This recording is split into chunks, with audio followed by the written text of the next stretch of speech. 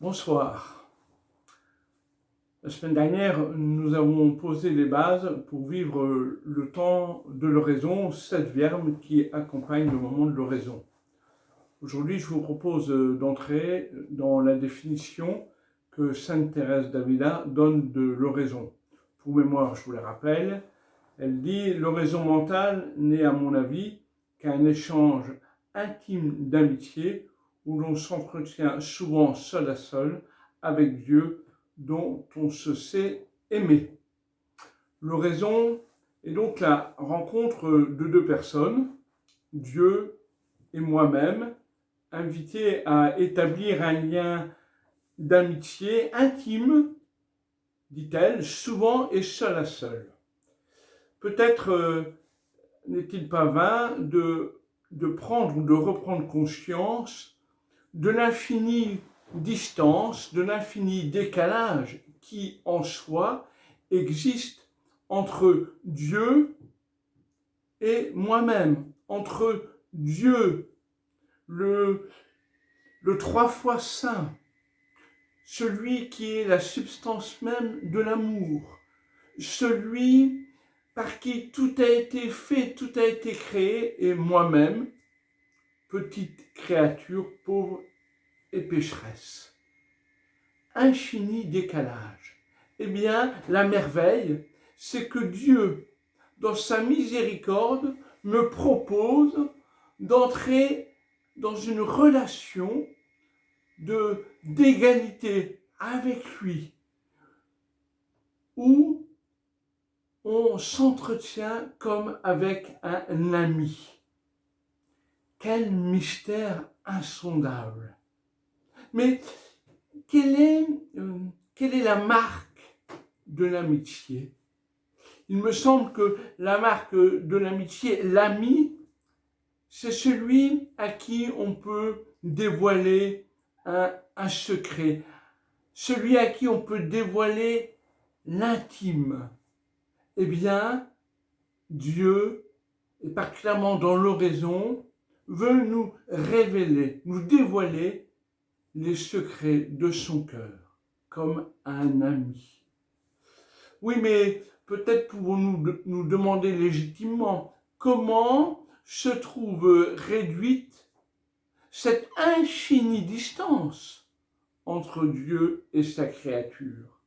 Eh bien, Sainte Thérèse d'Avila nous le dit, c'est par la foi. Oui, c'est par la foi qu'il est rendu possible cette rencontre où l'on s'entretient avec Dieu dans un cœur à cœur. Et pour cela, j'aimerais aussi bien préciser ce que veut dire le mot cœur au sens biblique. Au sens biblique, le mot cœur n'est pas à entendre comme le siège de notre affectivité, de nos sentiments, mais le cœur dans la Bible désigne la réalité la plus profonde de l'être humain, la racine de sa personne, la racine de sa liberté et le lieu où Dieu habite et agit en nous. Les mystiques désignent cette réalité du cœur comme le centre de l'âme, comme la fine pointe de l'âme. Et Thérèse d'Avila, dans le récit du château intérieur, nomme cette réalité le château, la chambre du roi. Et cette réalité, dit-elle, nous échappe à l'expérience naturelle, puisque, dit-elle, c'est la source même de notre personne, le lieu où se fait l'unité de notre être. Cela nous échappe, mais cependant, l'oraison, justement, l'oraison en permettant cette expérience d'intériorité, nous permet de descendre peu à peu, petit à petit, dans notre cœur, pour y faire l'expérience dans la foi de cet échange intime d'amitié avec Dieu. Et c'est là le spécifique de l'oraison de la spiritualité du Carmel, rejoindre la présence de Dieu en nous par la foi. Ce par la foi, Sainte Thérèse d'Avila le traduit dans sa définition par cette expression « dont on se sait aimer ». Dans la lettre aux Romains, saint Paul écrit « la foi naît de ce que l'on entend », chapitre 10, verset 17. Ainsi, l'ouïe est le récepteur par excellence de l'expérience chrétienne et également de l'oraison.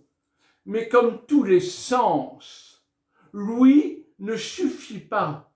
Elle permet d'entrer dans l'expérience, mais elle a besoin d'être aidée, soutenue pour arriver à son terme, c'est-à-dire l'union à Dieu.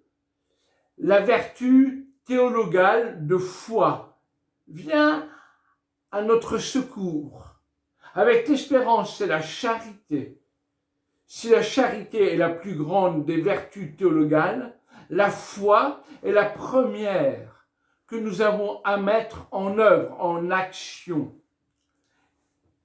Greffée sur notre intelligence, la foi prolonge l'action de l'intelligence et la perfectionne.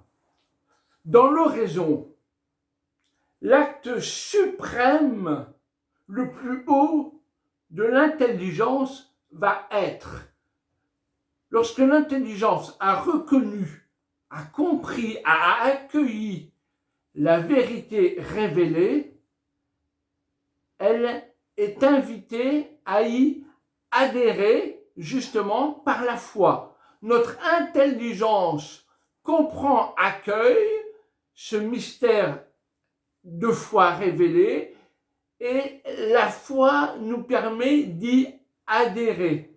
Et lorsque nous y adhérons par la foi, alors nous touchons Dieu. Nous touchons l'être de Dieu, nous entrons en contact avec Dieu. De même, c'est saint Jean de la Croix qui développe cette image, de même qu'il est impossible que la main plongée dans l'eau ne se mouille pas, il est impossible que l'acte de foi n'atteigne pas Dieu, ne se saisisse pas de Dieu. Dans l'oraison, c'est Dieu lui-même que nous atteignons et non pas des idées sur lui. Ainsi, il apparaît que la foi est la réponse de l'homme à la rencontre de Dieu.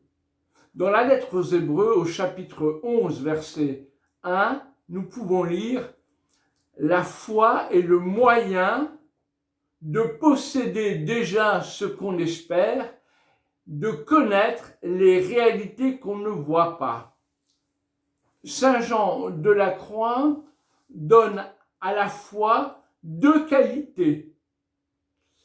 Tout d'abord, nous dit-il, la foi est certaine. Et c'est ce que Thérèse d'Avila traduit en disant « dont on se sait aimer ».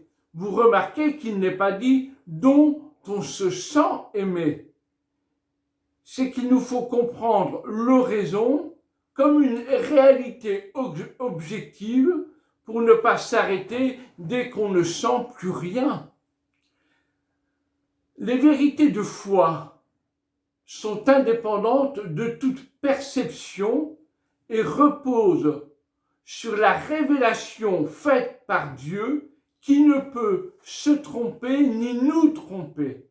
Et donc c'est grâce aux certitudes de la foi que se noue dans l'oraison la relation d'amitié. Par la foi, nous savons que Dieu nous aime.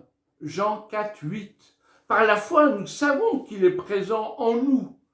1 Corinthiens 6, 19. Nous savons que Dieu veut faire sa demeure en nous.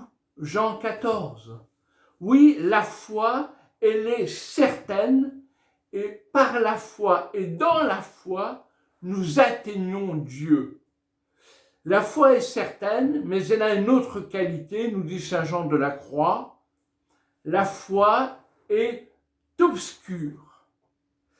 Saint Jean de la Croix, justement, prend l'image de la nuit, qui est l'atmosphère habituelle de la vie chrétienne. Nous ne voyons pas Dieu. Le régime normal de la vie chrétienne, c'est de ne pas voir. Ainsi, la foi nous permet d'avancer dans l'obscurité. La foi est le moyen juste et ordinaire pour saisir la réalité surnaturelle de notre existence. Ainsi, lorsque l'oraison est aride, combien nous faut-il redoubler d'actes de foi pour apprendre à avancer dans l'expérience de la rencontre. Seigneur, je crois que tu es là.